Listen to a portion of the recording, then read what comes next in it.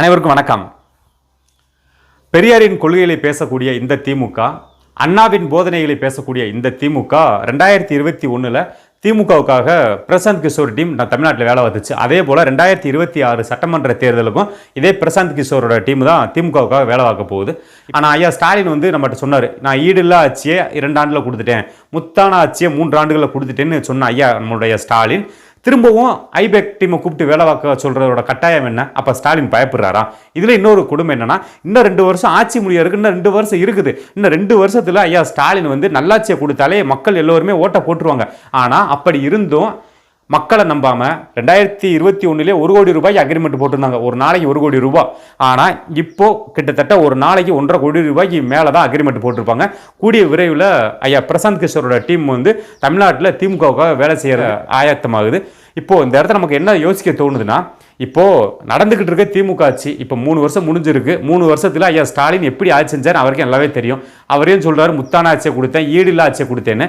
இன்னும் 2 வருஷங்கள் இருக்குது. அப்படி இருந்தும் நம்பாம ஐயா ஸ்டாலின் பயந்துக்கிட்டு திரும்ப பிரசாந்த் கிஷோரை அழைக்கிறாருன்னா, உண்மையிலேயே இதுல ஸ்டாலின் பயப்படுறது நமக்கு வெட்ட வெளிச்சமா தெரியுது.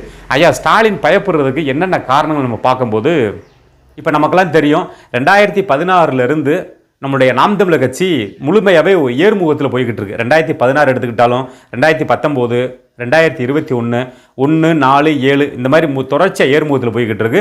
அதுலேயும் 2024 நாடாளுமன்ற தேர்தல் முடிவுகள் எல்லாம் ஏகப்பட்ட ஒரு மாற்றத்தை உண்டாக்கும்னு அரசியல் விமர்சகர்கள் சொல்றாங்க. ஏன்னா நாம் தமிழர் கட்சி குறைந்தபட்சம் 12 விழுக்காடுல இருந்து 18% ஓட்டுக்கு போயிடும் அப்படின்னு ஒட்டுமொத்த ஊடகங்களுமே சொல்லுது.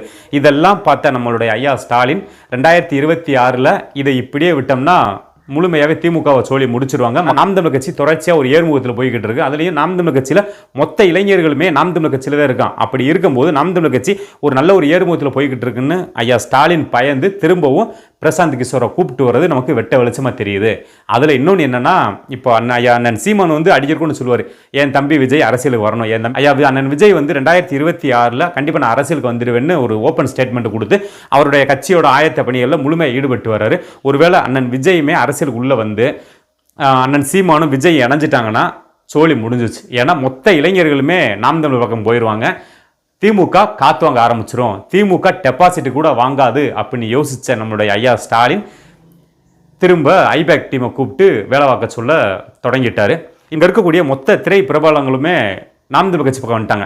இப்போ இந்த தேர்தல் சமயத்துல எல்லாம் ஒரு பாடல் ரிலீஸ் ஆச்சு, அண்ணன் விஜயோட பாடல், இந்த கேம்பனடு மைக்கேடுன்னு சொல்லி ஒரு பாட்டு ரிலீஸ் ஆச்சு. அப்புறம் நம்ம விஜய் ஆண்டனி அவர் ஒரு இதில் அவர் பேசுறது அவர் பாடுறது வேற மைக்கு, சாதாரண பயன்படுத்துகிற மைக்கு. ஆனால் அவர் அந்த போஸ்ட்டில் ஒட்டுனது வெளிப்படையாக ஒரு இன்ஸ்டாகிராமில் போட்டது, முகநூலில் போட்டதெல்லாம் பார்த்தோம்னா நம்மளுடைய நாம் தமிழர் கட்சி சின்னத்தோட மைக்கு. இதெல்லாம் பார்க்கும்போது அவர் ஜிவி பிரகாசமே ஒரு பாடல் பாடும்போது அவருமே சும்மா சாதாரண மைக்கை தான் பயன்படுத்தியிருப்பார்.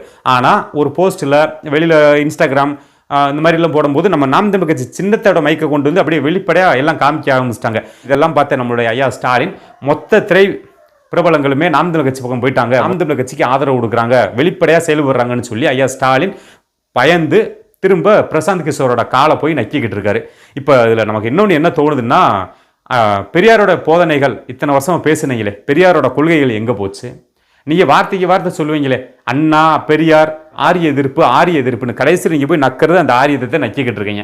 மொத்தத்தில் திராவிடங்கிறது ஒரு மாயைன்னு நமக்கு வெட்ட வெளிச்சமாக தெரியுது. இதெல்லாம் ஒரு பக்கம் இருக்கும்போது இதை காட்டியும் ஐயா ஸ்டாலினுக்கு மிகப்பெரிய ஒரு பயம் என்னன்னா, கடந்த ஒரு 3 வருஷத்தில் நம்ம எந்த லட்சணத்தில் ஆட்சி செஞ்சிருக்கோம்னு ஐயா ஸ்டாலினுக்கு தெரியாமையா இருக்கும். அவர் வாயில வேணா சொல்லலாம், ஈடில்லா ஆட்சியை கொடுத்துட்டேன், முத்தான ஆட்சியை கொடுத்துட்டேன்னு.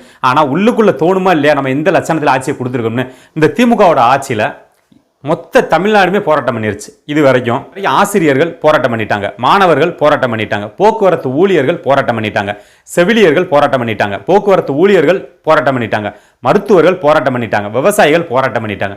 இந்த மாதிரி தமிழ்நாட்டில் மொத்த மக்களுமே போராட்டத்தில் ஈடுபட்டாங்க.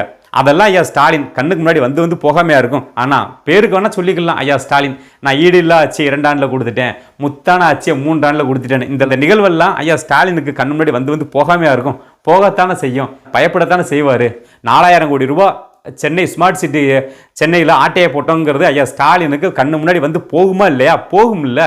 அதுலேயும் பத்தாதுன்னு இங்கே இருக்கக்கூடிய அமைச்சர்கள், இங்கே இருக்கக்கூடிய அந்த சட்டமன்ற உறுப்பினர்கள் எல்லாம் ஊழல், லஞ்சம், கொலை, கொள்ளை இந்த மாதிரி எத்தனை சமூக குற்றங்கள் இருக்கோ அத்தனை சமூக குற்றங்களுமே ஈடுபட்டு திமுகவுக்கு எந்த அளவுக்கு கெட்ட பேரை வாங்கி கொடுக்க முடியுமோ அந்த அளவுக்கு கெட்ட பேரை வாங்கி கொடுத்துட்டாங்க இந்த 3 வருஷத்துலேயும். அதுலேயும் இன்னும் 2 வருஷம் வேறு இருக்குது. இன்னும் 2 வருஷத்தில் இவங்க என்னென்ன அட்ராசிட்டிஸ் பண்ண போகிறாங்கன்னு ஸ்டாலினாலே யூகிக்க முடியல. ஏன்னா அவரே ஒரு இதில் சொன்னார், இங்கே இருக்கக்கூடிய இந்த திமுக அமைச்சர்கள், சீனியர் எம்எல்ஏக்கள்லாம் பண்ணுறதெல்லாம் இது நினைக்கும் போது எனக்கு நைட்டில் எனக்கு தூக்கமே வர மாட்டேங்குது, அந்த அளவுக்கு எனக்கு பயமாக இருக்குது, நான் சர்வதிகாரியாக மாறிடுவேன் அப்படின்லாம் ஐயா ஸ்டாலின் ஒரு கூட்டத்தில் சொன்னார். இதெல்லாம் இந்த அமைச்சர்கள் பண்ணக்கூடிய ஊழல், தில்லு முள்ளு, கொள்ளையடிக்கிறது, திருடுறது, இதெல்லாம் ஐயா ஸ்டாலினுக்கு கண்ணு முன்னாடி வந்து போகாமையா இருக்கும், போகும்.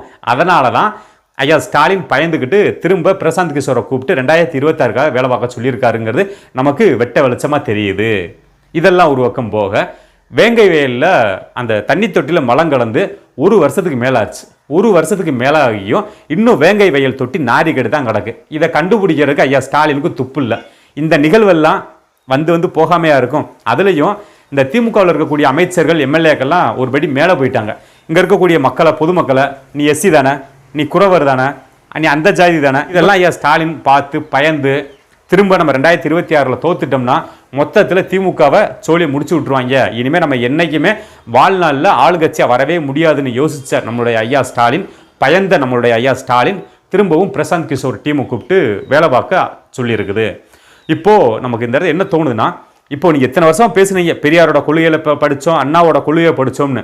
ஆனால் இந்த கொள்கையெல்லாம் கொண்டு தோண்டி குப்பையில் விட்டு மூடிட்டு அந்த பிரசாந்த் கிஷோருங்கிற ஒத்த நபர், அந்த ஒத்த டீம் என்ன சொல்லுதோ அதைத்தான் முழுக்க இந்த திமுக கேட்கணும். அவன் எந்த இடத்துல நிற்க சொல்கிறானா நிற்கணும், எந்த இடத்துல பேச சொல்கிறானா பேசணும், அவன் என்ன பேச சொல்கிறானோ அதைத்தான் பேசணும், எங்கனுக்குள்ளே கையை தூக்க சொல்கிறானா அங்கேயே கையை தூக்கணும், எந்த வண்டியில் போக சொல்கிறானோ அந்த வண்டியில் போகணும், அவன் என்ன சாப்பாடு சொல்கிறானோ அதைத்தையும் சாப்பிடணும், அவன் என்ன கலர் ட்ரெஸ் போட சொல்கிறானோ அந்த ட்ரெஸ் தான் போடணும். மொத்தத்தில் இந்த 1 வருஷத்தில் ஐயா ஸ்டாலின் ஒரு 8 நடக்கிறதா கூட பிரசாந்த் கிஷோர்கிட்ட கேட்காம நடக்கக்கூடாது. அவர் எந்த கடையில் முடிவெட்டணும் முதல் கொண்டு பிரசாந்த் கிஷோர் முடிவு பண்ணுவார்.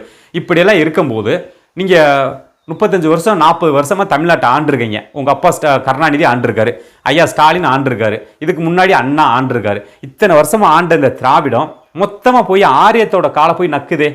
இதுக்கு நீங்கள் என்ன சொல்ல வரீங்க ஸ்டாலின், சொல்லுங்கய்யா. இதுக்கு பேர் பயங்கரதா இல்லை இயலாமங்கிறதா? அந்த 2021 இந்த பிரசாந்த் கிஷோர் டீம் தமிழ்நாட்டில் திமுகவுக்காக வேலை பார்த்துட்டு 2021 தமிழ்நாட்டை விட்டு போகும்போது ஐயா ஸ்டாலினை கூப்பிட்டு தனிப்பட்ட முறையில் பிரசாந்த் கிஷோர் சொல்லிட்டு போயிருக்காரு, திமுகவுக்கு என்னைக்கு இருந்தாலும் முதல் எதிரி நாம் தமிழர் கட்சி தான். அதெல்லாம் நாம் தமிழர் கட்சியை முடக்கிறதுக்கு என்ன வழியோ அதை பாருங்க. நாம் தமிழர் கட்சியை வளர விட்டீங்கன்னா திமுகவுக்கு மிகப்பெரிய ஒரு ஆபத்து. ஏன்னா நாம் தமிழர் கட்சி ரொம்ப ஒரு அசுர வேகத்தில் வளர்ந்துகிட்டு இருக்குது. உங்கள் கட்சியில் எல்லாம் எக்ஸ்பீரியான டிக்கெட்டாக இருக்குது, அங்கே மொத்தத்தில் இளைஞர்களாக இருக்காங்க. அவங்களை வளர விட்டீங்கன்னா திமுகவை மொத்தத்தில் சோழியை முடிச்சு விட்டுருவாங்க. அதனால் நாம் தமிழர் கட்சியவும் சீமானவும் வளர விடாமல் பார்த்துக்கோங்க அப்படின்னு சொல்லி இங்கே தமிழ்நாட்டில் 2021 போகும்போது பிரசாந்த் கிஷோர் தனிப்பட்ட முறையில் பர்சனலாக ஐயா ஸ்டாலின்கிட்ட சொல்லிட்டு போனது நம்ம காதுக்கு அப்பயே வந்துச்சு. இதெல்லாம் யோசித்த நம்மளுடைய ஐயா ஸ்டாலின் திரும்பவும் பிரசாந்த் கிஷோர் வேலை பார்க்கலன்னா திமுக மண்ணா கவிரும்னு யோசித்து ஒரு நாளைக்கு 1.5 கோடி ரூபாய் பட்ஜெட் போட்டு இன்னும் ஒரு அநேகமாக ஒரு 2-3 மாதங்களில் திரும்ப பிரசாந்த் கிஷோரோட டீம் தமிழ்நாட்டில் திமுகவுக்காக வேலை பார்க்க ஆரம்பிச்சிருங்கிறது நமக்கு வெட்ட வெளிச்சமாக தெரியுது. மொத்தத்தில் இந்த இடத்துல திராவிட கொள்கைகள் செத்து போச்சு, பெரியாரின் கொள்கைகள் செத்து போச்சு, இவங்க பேசுவாங்களே அண்ணாவோட கொள்கைகள் அது மொத்தத்தில் செத்து போச்சுங்கிறது நமக்கு வெட்ட வெளிச்சமாக தெரியுது.